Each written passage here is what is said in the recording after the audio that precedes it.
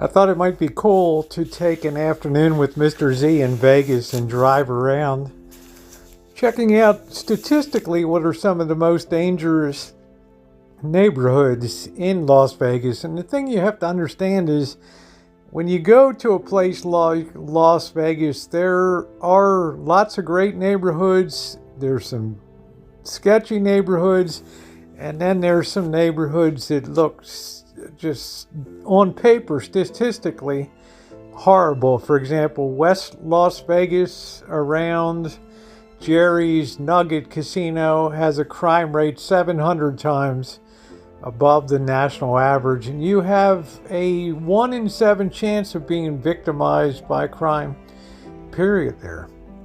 We started our trip climbing out the east side of Las Vegas, right at the edge of the mountain range there. And there was this high community that Mr. Z had known of, and the crime got so bad in this area, and this is out, you can overlook Nellis Air Force Base from way up on the hill here.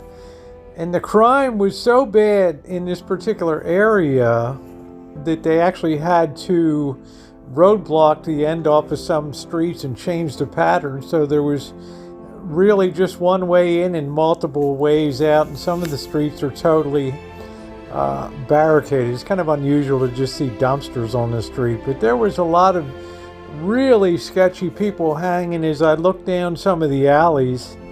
And of course, you always know when you see mattresses and crap out on the street, it's mainly a rental area and probably Section 8, which it's no crime to be Section 8, but the tendency among many people is if you don't own it or pay for it or have the mortgage, or then you don't tend to take the best care of it. So it was an interesting place. Don't be fooled either. If you think of ghettos and places of high crime, you think of places like Baltimore City, which typically vies with Oakland or Camden, New Jersey, as one of the most violent cities, in Detroit, where violent crime is off the hook. But looks can be very, very deceiving. In those kind of places, the population is actually declining when you see ghettos, because so many of the houses are unlivable through structurally compromised weather coming in and ruining the interiors. Roofs start to fall in, front porches cave in. Without maintenance, things just typically go to hell. But you don't see that in neighborhoods like this. It's kind of the hidden thing that surprises people, but you can tell by the stuff that's dumped on the street, and mattresses and sofas, and it's definitely a hood. And that's your biggest tell there, when people just dump stuff in the street without care. So looks are very deceiving. The crime rate is very high here, and the police specifically probably petitioned the city to close off certain streets so you couldn't get in and out access. So I'm glad we stopped by and checked it out. Yeah, it definitely was creepy. Next, we started making our way towards the core of the city, and some of these, I don't even know how people live here with some of these back alleys and accesses. There was just so much broken glass and people screaming and hollering going through here. It sounded like somebody was just throwing bottles against the wall. And I was very glad. I'm always very nervous about popping a tire. There were wild animals, cat running around, and dogs. And it's just the kind of place that gave me the willies a little bit going through here. Am I glad I took the tour? Of course I am. But things were to degrade significantly as we went along here, as you will see. As we get closer to the core of town, we have more of the really, really sketchy neighborhoods.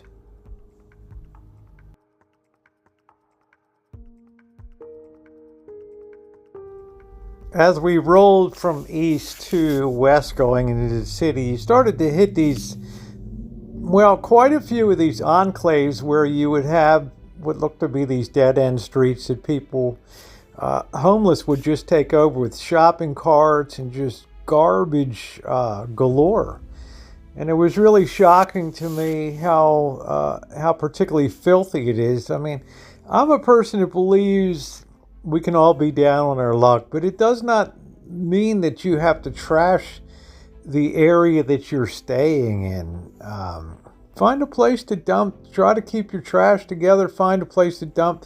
But there were a lot of people hooting and hollering. You can see all the pigeons picking over the trash.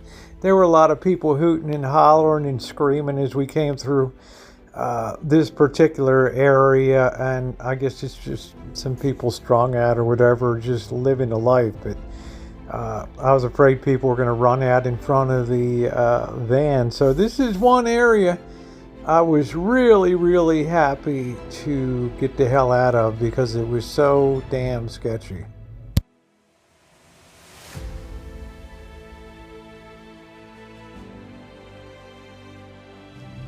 This was another wild area that we came into that was almost beyond belief, and I see my GMC RV. There seem to be a few of them, 73s through 78, real collector's items. It broke my heart to see them in such a state of disrepair. But there were tons of people, and these little enclaves were everywhere. And I guess I should have my head examined for coming through here, because, well, a lot of times the homeless, this guy came to confront us, a lot of times the homeless believe that they have ownership of the streets, and this guy's yelling, and I'm talking to him and telling him, we're just rolling through the area, and it's not like I'm going to stop and we're going to have a weenie roast and a cookout there and break open a case of Budweiser. For me, it's just in and out. I'm just trying to take a survey of, usually I'm out at nighttime, so it's interesting to see daytime. Here we are getting closer to town, and I just randomly would pick a street to go down. This is another really hyper dangerous area that, I always say you can kind of tell by the garbage all over the place. But there was a lot of hooting and hollering, sofas, and you could almost pick any random street or alley, go down here, and you better have eyes in the back of your head when you're heading down. This is not something I would recommend that anybody does. I'm a more curious person by nature, so this is right in my wheelhouse.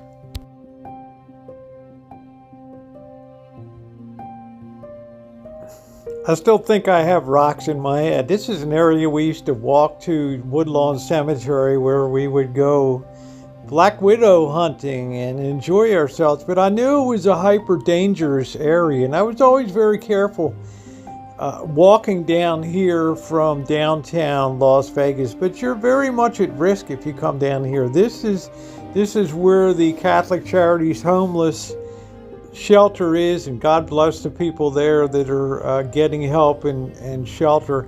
But I remember one evening we went down on a hot evening, and I was not expecting the number of people. There was literally 50 to 100 people on the streets, and we're doing a U-turn here to head back. 50 to 100 people on the streets, and I was so afraid that we were gonna get lit up that night and we would be the show.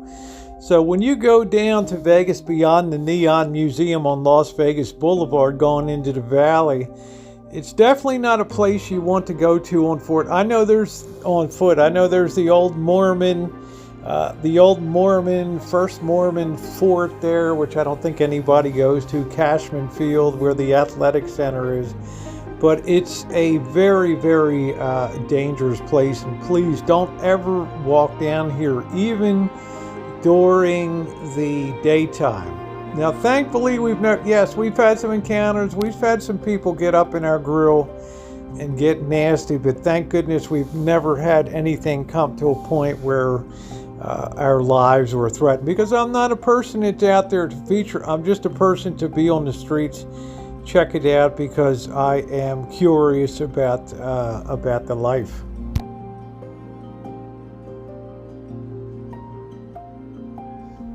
As we were driving through, there was sirens in every direction that you looked. There were fire trucks running around, multiple ambulances. I guess that they make money from the city or the state, picking up people that are overdosed or passed out because of alcohol and things like that. But this to me is the very worst and most dangerous area of Las Vegas, because the streets are always filled with people that have a lot of time on their hands, and you don't want to be the show in these situations, because if somebody lights you up and starts to confront you and takes issue, you're going to have a huge crowd of people around you, and you're going to have a very, very difficult time getting clear of it.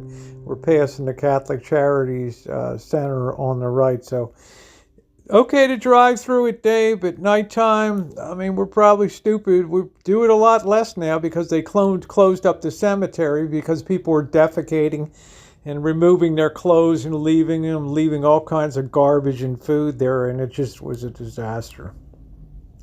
Well, that's going to conclude our run today. Just running daytime through some of the worst hoods with commentary. Thanks for watching, everybody. Thumbs up are appreciated. And if you're not subscribed, hit that subscribe button and the bell for all notifications. And thumbs up are appreciated. Thanks.